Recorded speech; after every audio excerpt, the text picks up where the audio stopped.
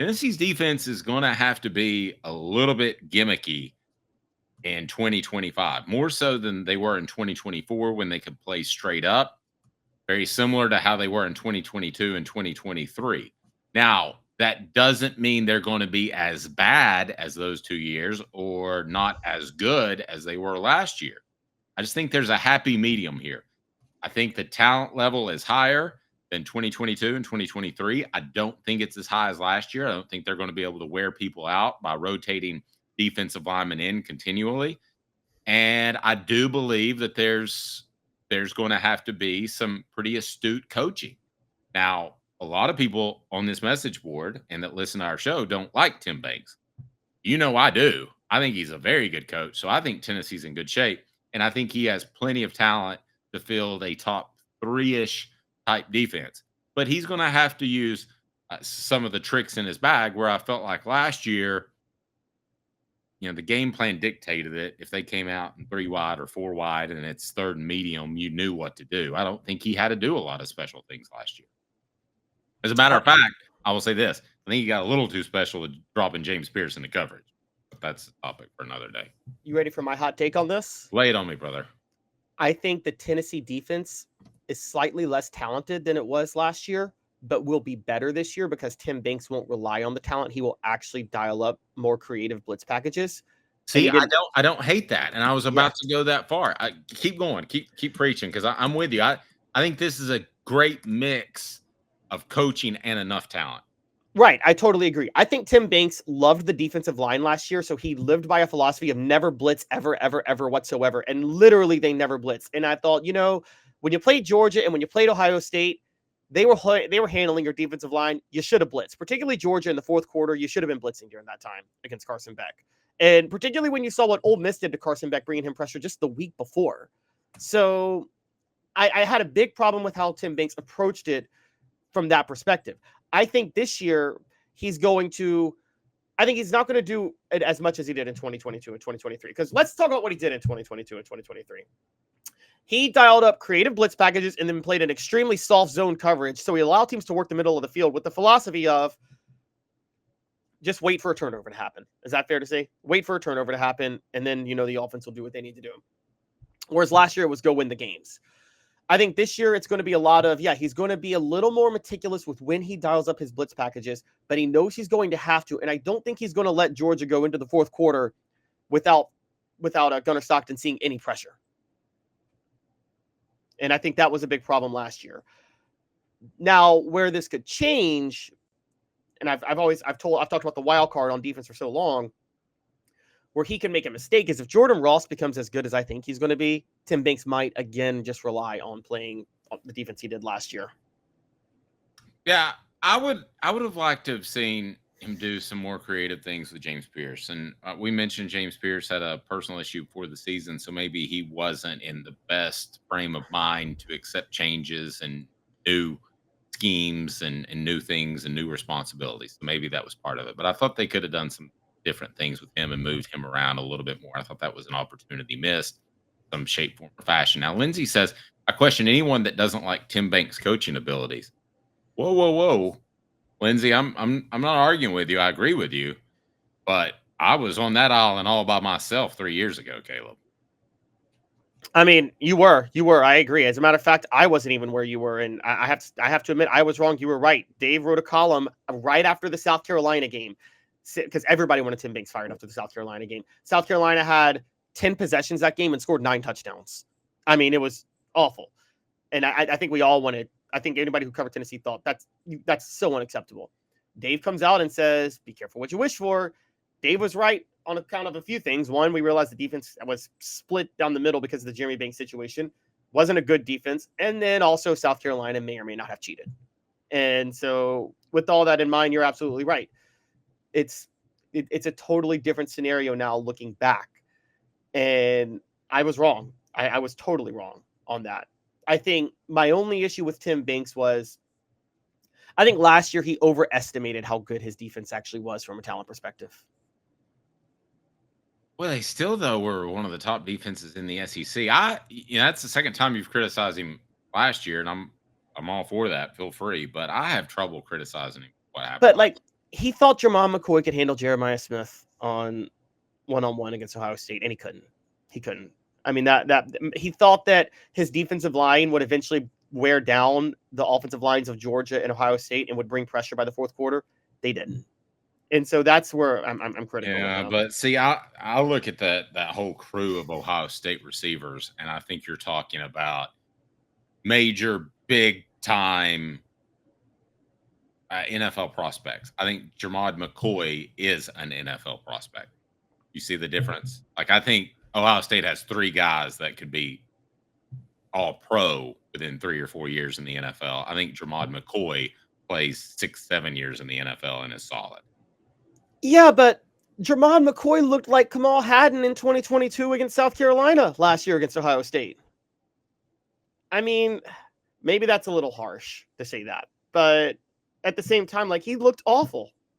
All right, let's do this. Let's make the poll question this, because I'm curious, because now it seems like everybody wants to have a Tim Banks parade.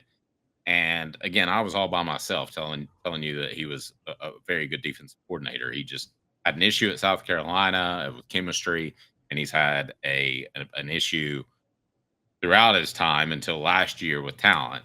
So let's make this the poll question. Are you 100% confident in Tim Banks as Tennessee's defensive coordinator? Just yes or no. Clean. Do you still have some doubts? Because the message board is looking like totally yes, which I have to admit, I'm a little bit surprised that that's the case. A bank on it. Tennessee's going to have to be a little bit more creative on defense this year, but will still be very good. Brought to you by Commercial Bank. Commercial Bank is your neighborhood bank. What makes us different from other banks? We understand that every customer has unique opportunities, challenges, and financial concerns. We don't expect you to fit into the same box as the next person or business. Whether it's purchasing a home, saving for your child's future, or planning for your next vacation, we're with you every step of the way to navigate life's big decisions. Commercial Bank. Life made better. All right, I don't want to make excuses for Jermod McCoy. I just don't think there's going to be a situation. Let's say he was 100%.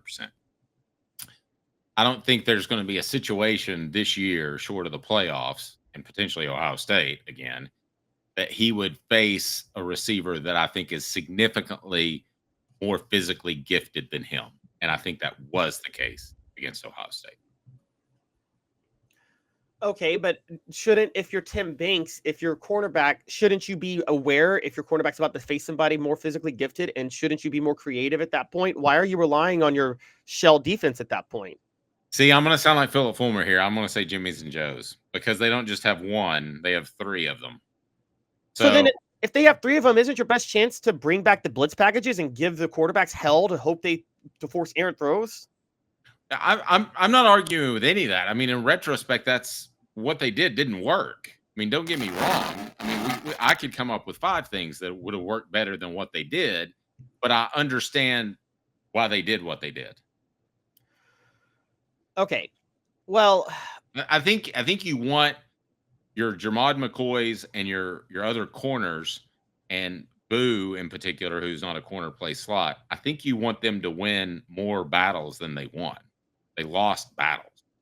Yeah, but I think after you saw the Georgia game, you should have thought that, okay, at this level of talent, the Georgias, Ohio States, those guys, they're probably not good enough to win those battles. Here's what I actually think happened. I'll go back a little bit. You know what I think happened with Tim Banks, Dave? Tim Banks laid the blueprint to shut down Alabama's offense with Jalen Milroe. I mean, he called a brilliant game there. And I think after the way Tennessee shut down Alabama's offense, knowing the talent technically that was on that offense, even though Jalen Milroe wasn't a fit, I think Tim Banks got it in his head that, okay, Tennessee, I've got a defense now that is good enough to, on standard Jimmys and Joes, beat out the best teams in the nation. And I think he got hit with reality that no, they weren't good enough to do that. And that showed with Georgia and Ohio State. David says Ron Williams, talking about Alabama's receiver, will finally be 18, so we need McCoy. Very true. I forgot about him. They will obviously face him. He would play right alongside those Ohio State receivers. But I'd argue this, as young as he was and as experienced and as talented as they were, Last year in that Tennessee game, had he been a Buckeye, he would have been the 4th best receiver for Ohio State. Had who? Sorry, had who been a Ryan Buckeye? Ryan. Oh yeah. Ryan. You might be right. You might be right. And the crazy part is Ohio State had a bunch of first-round receivers from the previous year. Yeah, I mean, I think you're talking about a run of if you want to make it analogous to Tennessee in some shape, form, or fashion, probably the defensive linemen of the late 90s and early 2000s. That's what Ohio State is going through right now with wide receivers. they are. I mean, they are kind of the wide receiver you at the moment. I would even say like what Clemson went through in the late 2010s. When Clemson was pushing out, like it started with Sammy Watkins and went to Amari Rodgers, T. Higgins. I mean, they were just pushing out wide receivers left and right. And this question that's come up on the message board. Would you rather have Banks or Golish? Do we want to do that tomorrow? Do we want to save that? yeah, that's a good one. That's a good one. That one. I've got some strong feelings on that. We'll do that tomorrow. Great job. We'll write this down. We have the smartest, best fans in the absolute world. I actually had somebody mention that to me the other day watching the show. He works in media, and he's like, man, you fans come up with great topics. You're fantastic, and they're interactive, and you guys are. No question about it. Dylan says the problem is Ricky Gibson isn't nearly as good as Jamad. That was the thing, too. And I was higher on Ricky Gibson when he came in. I mean, if you make a list of the most key players in Tennessee's football team, I have trouble thinking that Ricky Gibson's not in the top 5. Well, maybe that's another topic. I mean, there are a lot of cornerbacks, and you know this, Dave. You've covered a lot of them. There are a lot of cornerbacks that can be very good when they're covering the number 2 receiver, right? But they just can't. They will never be able to cover the number 1 guy. I mean, I guess the best example of that is Richard Sherman looked like a Pro Bowler when he was covering the number 2 receiver and had Earl Thomas backing him up at safety, and then he went to San Francisco and was a total flameout because we found out he wasn't a great cornerback.